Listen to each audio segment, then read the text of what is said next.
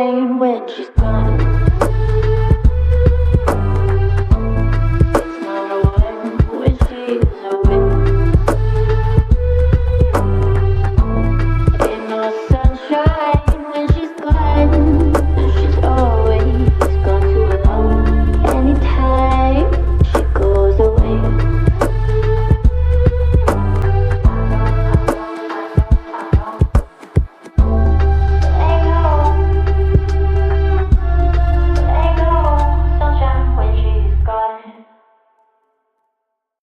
Hello everybody, it's been some time, I know, since I posted a video here on YouTube, probably about a year. The last one I made was the Burning Man one last September. That was quite some time.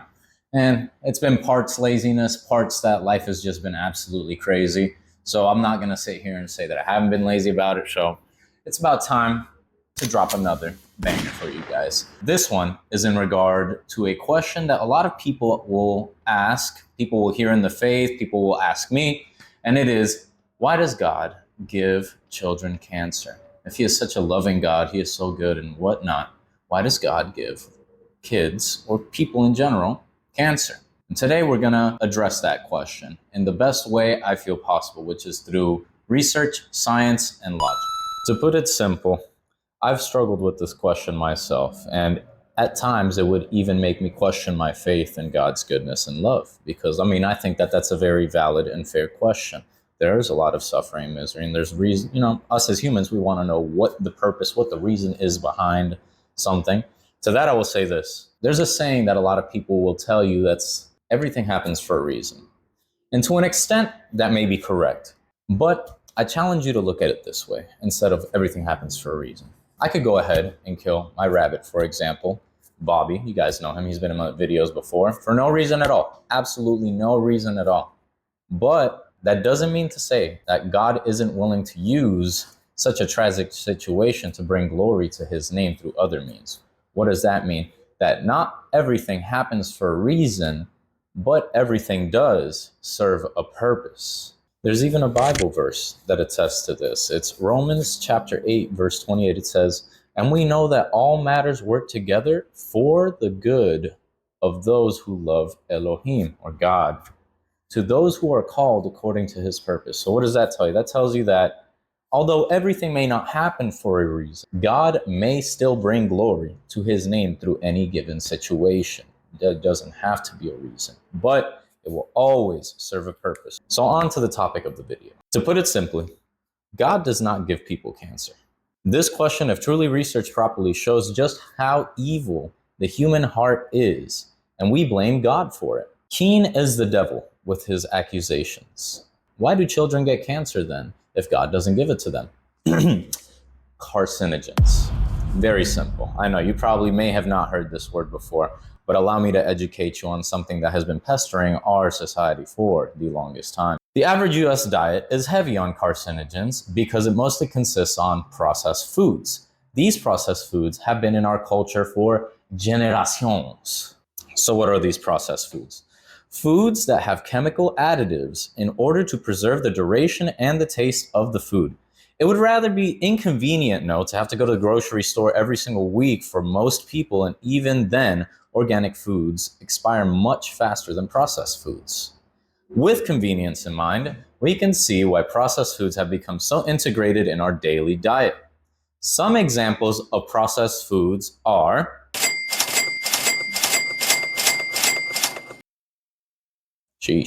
processed foods are considered Group 1 carcinogens by the International Agency for Research of Cancer. There are 5 total groups for carcinogens, with level 5 being the least carcinogenic. This shows that processed foods are in the highest classifications of carcinogens. Group 1 carcinogens, might I also add, include smoking tobacco, alcohol consumption, and solar radiation. So when one has a diet solely on processed foods, the risk of cancer is equivalent to smoking, drinking, or even exposure to solar radiation. What does that tell you? Take Cuba, for example. Beautiful Cuba. I've only been there once. Been to Havana and Cienfuegos. It was wonderful. I would suggest anybody else go there. Take Cuba for an example. A country notorious for its socialism and its suppression of the people. They have often faced a large scarcity of medical equipment and supplies, and still do. Although facing these issues, in 2011 they prevailed in a cancer treatment program called CEMAVAX EFG. This treatment stops the growth of non-small cell lung cancer and also allows for a terminal diagnosis to transition to a chronic diagnosis, which means you ain't dying today, homie. Now, unfortunately, the lack of trust and cooperation of international doctors prevented this research from developing further. This shows how lack of human compassion and corruption on both sides, instilled by greed and pride, can affect the outcomes of treatments, leading to a prevention of people surviving these terrible diseases. If there is no profit, why would those in charge waste time and resources? And to those people I ask, what does it profit a man if he gains the world but loses his soul? EpiPen is another textbook example. They average at $350 per shot without insurance. With the application GoodRx, you can get it for an average of $160 without insurance. But not all insurance covers EpiPen, though some people need these in order to survive. Ain't that interesting?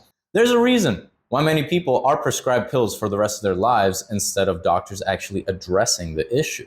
Many people get depressed because of their illness, and it causes them to be less considerate of their health, which in turn worsens the illness or even adds more complications to the body. So then, they go get more medicine for these additional symptoms. Remember, a patient cured is a customer lost. That's what Big Daddy Pharma tells us since day one. This is the sad cycle. What is irrational is for us to prevail against the wickedness we claim to despise if we remain ignorant and apathetic. How can we not care and then claim on social media, oh, XYZ EpiPen's this price and blah, blah, blah, blah, blah. Do something about it then.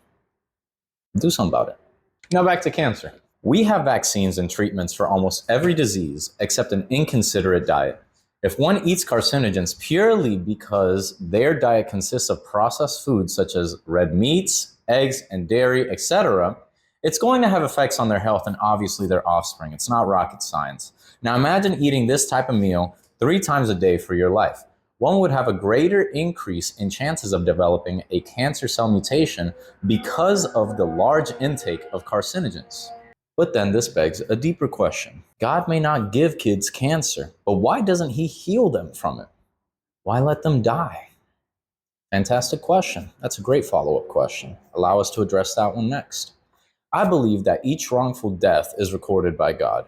It has been shown and censored time and time again that unique cancer cell mutations have been able to be undone without the use of chemotherapy. Chemotherapy, mind you, is a billion-dollar industry. What interest do those people have in releasing a cure for their own business model? Money is not the root of evil.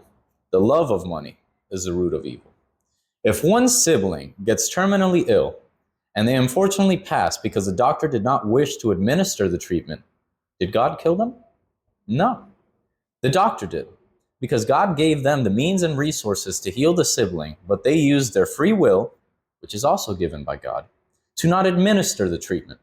In the same manner, Big Pharma has concealed many cures in multiple diseases, not just cancer.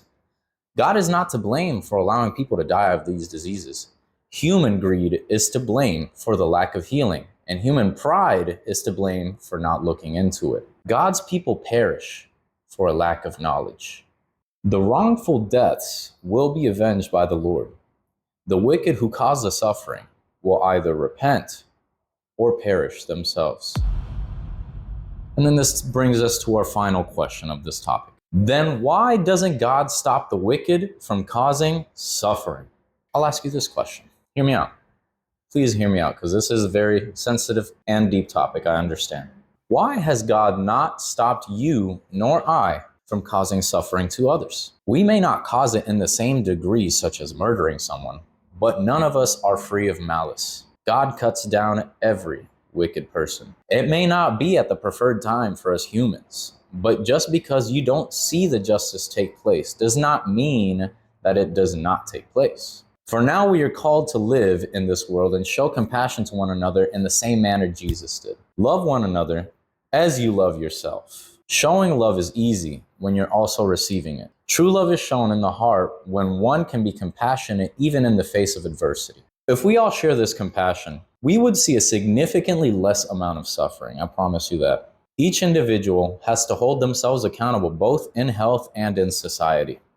Not blame God for the iniquities of others and their own, for we fight not against each other, nor anything in the flesh and blood, but against principalities, unseen powers, and spiritual wickedness in high places. And we already see it. Even if you're not a follower of Jesus, you could see the spiritual wickedness. Spiritual warfare is real, and it's high time we stop ignoring it. Take courage, for when we walk through the valley of the shadow of death, we shall fear no evil. Shalom, brothers and sisters.